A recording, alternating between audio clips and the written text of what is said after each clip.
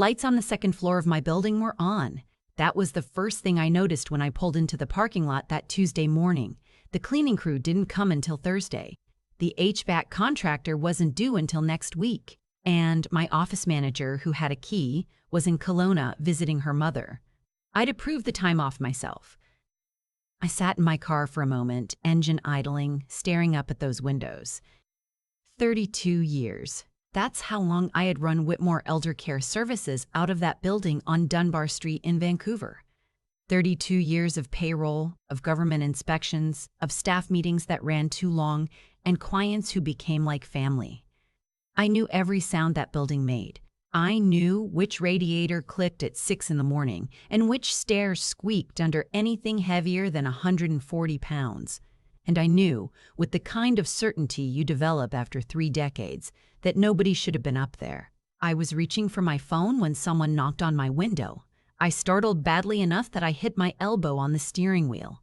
When I turned, it was just the building's maintenance man, a quiet fellow named Alistair who'd been servicing our HVAC and plumbing for about 4 years.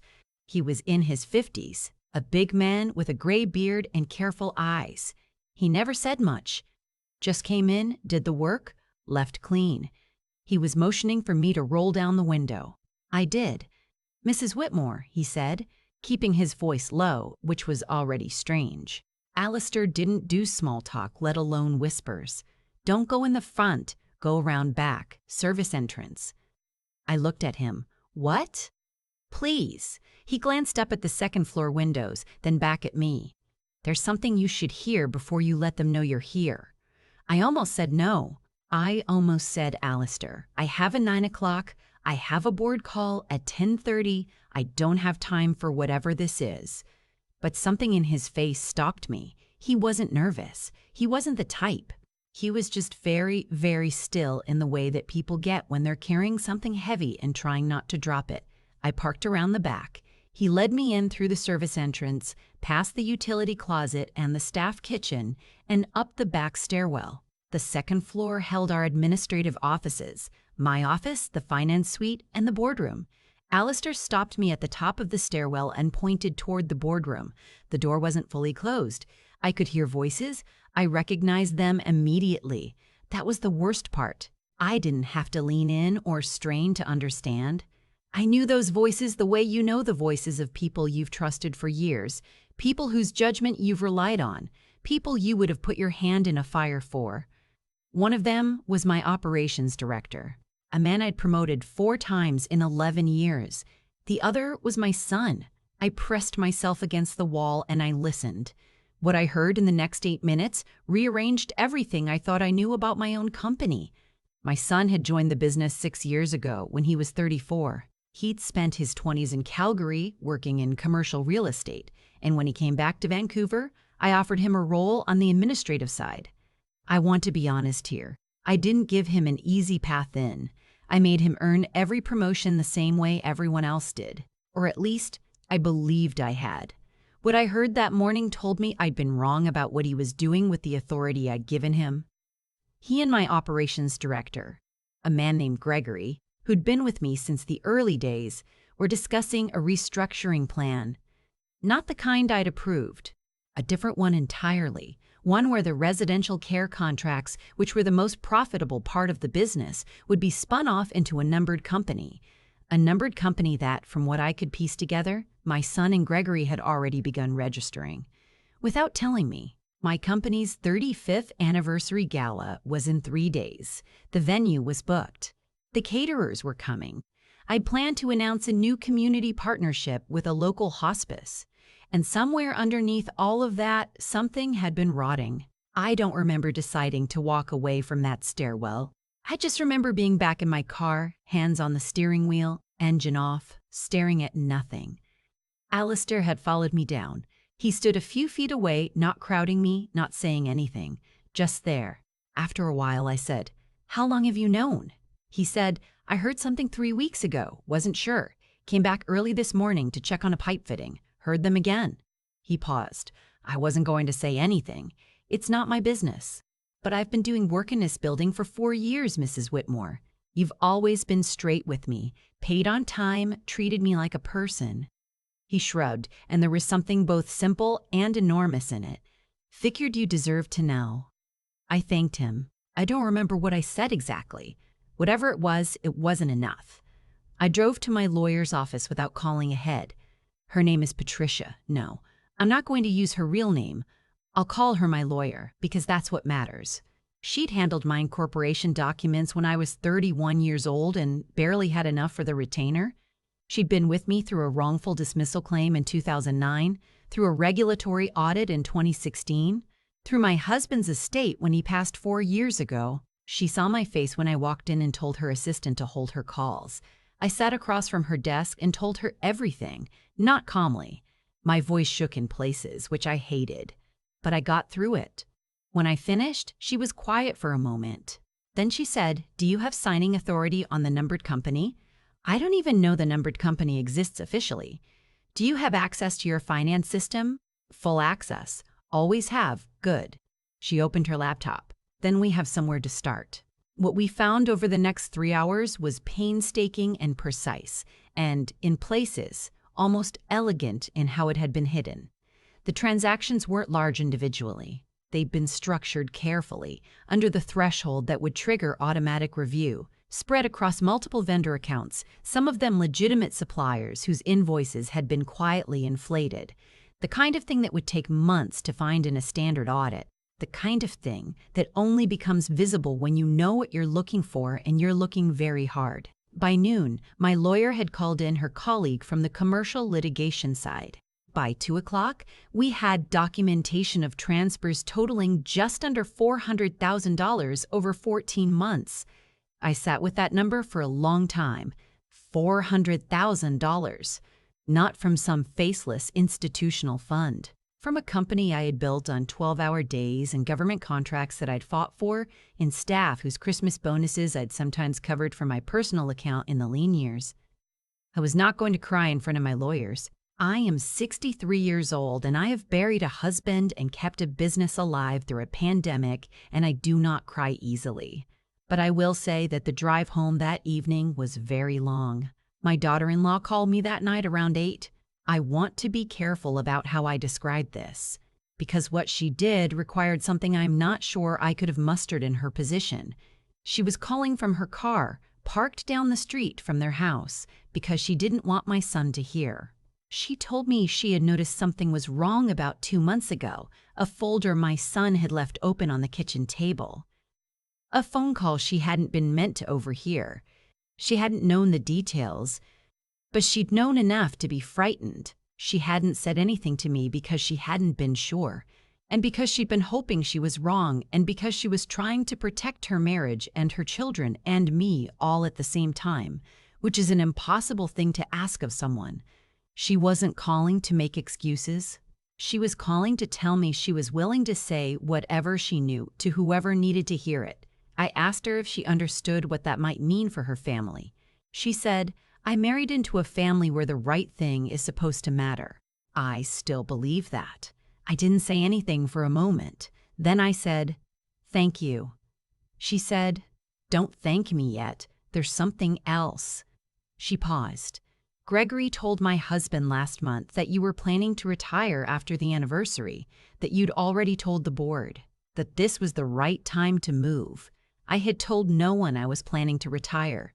I was not planning to retire. I understood then how the timeline had been constructed. They had believed, or decided to believe, that the transition was already in motion, that they were simply accelerating something inevitable. I don't know if that made it better or worse. I've thought about it since, and I still don't know. We had 72 hours before the gala. My lawyer advised against confronting my son directly before we had everything documented and filed. She was right. I knew she was right. I also spent most of Wednesday night sitting in my kitchen at 2 in the morning, drinking tea. I didn't taste, thinking about all the times I'd been proud of him. There is a particular grief in discovering that someone you love has done something you cannot excuse. It doesn't erase the love. That's what nobody tells you. You don't stop loving them. You just have to learn to hold the love and the betrayal at the same time, and it is an exhausting thing to carry. I called my longest-serving staff member Thursday morning. A woman who had been with me for 19 years, who ran our central intake process and knew the administrative systems better than anyone alive. I told her what I'd found. Not everything. Enough. She was quiet for a moment. Then she said, I had a feeling something was off. Gregory changed the vendor approval process in January without sending it through you. I flagged it internally and he told me it was a temporary workflow thing. I wrote it down. I've got the email. Can you send it to me? Already pulling it up, she said. That is the thing about people who have been with you for a long time. They notice. They remember. They write things down. By Thursday afternoon, we had filed for an emergency injunction through the BC Supreme Court to freeze the numbered company's accounts pending investigation. My lawyer had also been in contact with the RCMP Commercial Crime Unit, which handles exactly this kind of thing. The quiet, methodical theft that happens inside organizations where everyone trusts everyone else too much for too long. The gala was on Friday evening. I had considered canceling it. My lawyer had considered it too, and then concluded that appearing normally was better than alerting anyone prematurely. The venue was the Fairmont. 400 guests, including our government funders, our community partners, and a significant portion of our staff. I got dressed. I wore the blue dress I'd bought in September, the one I'd been saving for this occasion. I did my hair. I looked at myself in the mirror for a moment and thought about a woman 32 years younger who'd signed incorporation papers with shaking hands in a lawyer's office in East Vancouver. I thought about everything she didn't know yet, everything that was still ahead of her. I went to the gala. Gregory arrived looking relaxed and well-dressed. He made the rounds, shook hands, accepted compliments. My son arrived with my daughter-in-law. He was less relaxed. He looked at me across the room, and I could see something working behind his eyes. A calculation. A reading of the room. I gave him nothing to read. I smiled. I made my speeches. I spoke about the hospice partnership. I said thank you to the people who deserved it. At 9:45, the RCMP officers came in. I had known they were coming. My lawyer had coordinated the timing. We had agreed on an approach that would minimize disruption to guests and be as dignified as possible, given the circumstances. Gregory was escorted out through a side door. My son was asked to accompany officers as a person of interest pending further investigation. He looked at me as they spoke to him. I looked back. I don't know what he saw on my face. I hope it was something honest. My daughter-in-law was standing near the back of the room. I walked over to her when it was done. She was very pale and her hands were folded together in front of her. I took both of her hands in mine and I said, "You did the right thing. Whatever comes next, I want you to know that." She nodded. She didn't speak. She didn't need to. The investigation took 7 months. Gregory pleaded guilty to breach of trust and fraud over $5,000 under the criminal code. He received a conditional sentence and was ordered to make restitution. The numbered company was dissolved. The residential care contracts remained with Whitmore Elder Care.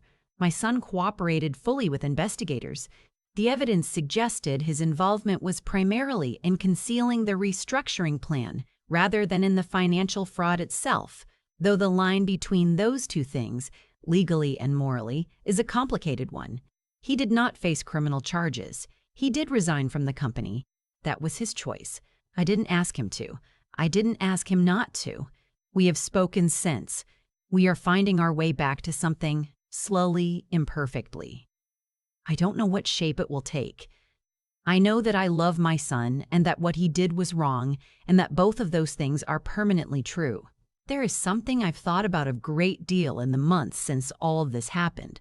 Something one of the investigators said to me near the end of the process. She said, in most cases like this, the person at the center of the company is also the last to see it, because the trust runs deepest at the top. I've turned that over many times.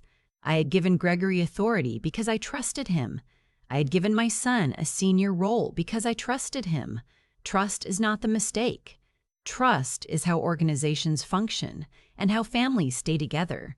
But I had confused trusting people with watching closely, and those are not the same thing. Accountability isn't a sign of suspicion. It's a sign of respect for the work, for the people doing it. for the institution you've built together. I should have given my son more responsibility earlier, and I should have checked his work more carefully. Both of those things, not one or the other. I have 2 grandchildren. The older one is 12. She asked me recently what Grandma's company does. I told her we help people get the care they need when they get older and it becomes harder to do things on their own. She thought about it and then said, "Is that hard work?" I said, "Yes, but it's important." She nodded seriously, the way 12-year-olds do when they've decided to take you at your word. I kept the company. I kept the legacy. I am still here, in that building on Dunbar Street, in the office where I have sat for 32 years. The second floor still gets too warm in August, and the stairwell radiator still clicks at 6 in the morning. And sometimes, when I pull into the parking lot and see the lights on upstairs, I sit in my car for just a moment before I go in. Just to be sure, if you were in that parking lot and a near stranger told you not to go through the front door, would you have listened? I'd love to know in the comments. And if this story stayed with you, please share it with someone who might need to hear it today. I've had a lot of time to sit with what happened. 7 months of investigations, legal filings, difficult conversations, and longer silences. And what I keep coming back to isn't the fraud. It isn't the courtroom language or the restitution orders or the dissolved numbered company. What I keep coming back to is a man in a gray beard standing by my car window in a parking lot, keeping his voice low, choosing to say something when he had every reason not to. Alistair didn't owe me anything. He was a contractor. He came in, fixed things, left. What he did that morning was entirely outside what anyone could have expected of him, and he did it simply because, as he put it, I'd always been straight with him. Paid on time. Treated him like a person. That was the whole of it. No grand calculation. Just basic human decency. Returned. I think about that a lot when people talk about integrity as though it's something you perform in the big moments. The speeches, the announcements, the gala dinners. In my experience, integrity is almost entirely made up of small, consistent, unremarkable choices that nobody is watching. And then one day, when it matters enormously, someone who noticed those choices decides to act. Gregory had worked alongside me for over a decade. I trusted him because he'd earned it, or so I believed. What I understand now is that I stopped checking. Not because I was negligent exactly, but because trust, when it's given fully and never revisited, can quietly become a blind spot. I wasn't watching closely enough, not because I thought something was wrong, but because I'd stopped asking myself whether I should look. That distinction matters. With my son, the grief is something different, and I won't pretend otherwise. He is my child. I watched him grow up. I gave him a role in something I built from nothing because I wanted him to inherit not just a company, but an understanding of what it means to build something that lasts. Somewhere in that, I held him at arm's length from the real weight of it, the decisions, the risk, the hard years. And I think that distance created a space where someone like Gregory could fill his ear with a version of reality that served them both. I'm not excusing what he did. I'm trying to understand my part in the conditions that made it possible. There's a difference, and that difference is where the learning lives. My daughter-in-law called me from her car, parked down the street because she didn't want to be overheard. She put everything she had on the line, her marriage, her household, her children's stability, because she believed the right thing was still the right thing, even when it cost her. I will be grateful for that for the rest of my life. The company is still here. I am still here. Some mornings I pull into that parking lot on Dunbar Street and I look up at the second-floor windows and I just sit for a moment. Not from fear. More like paying attention in a way I wasn't before. What I know now is this. The people who stay, who show up quietly year after year and do their work well and treat you honestly, they are the ones worth every bit of trust you have. And the work of keeping something good alive is never finished. You don't build it once and walk away. You tend it. You check on it. You ask the uncomfortable questions before someone else has to ask them for you. That's the only lesson I have. It took 32 years and a near catastrophe to learn it properly. But it's mine now, and I'm not letting it go.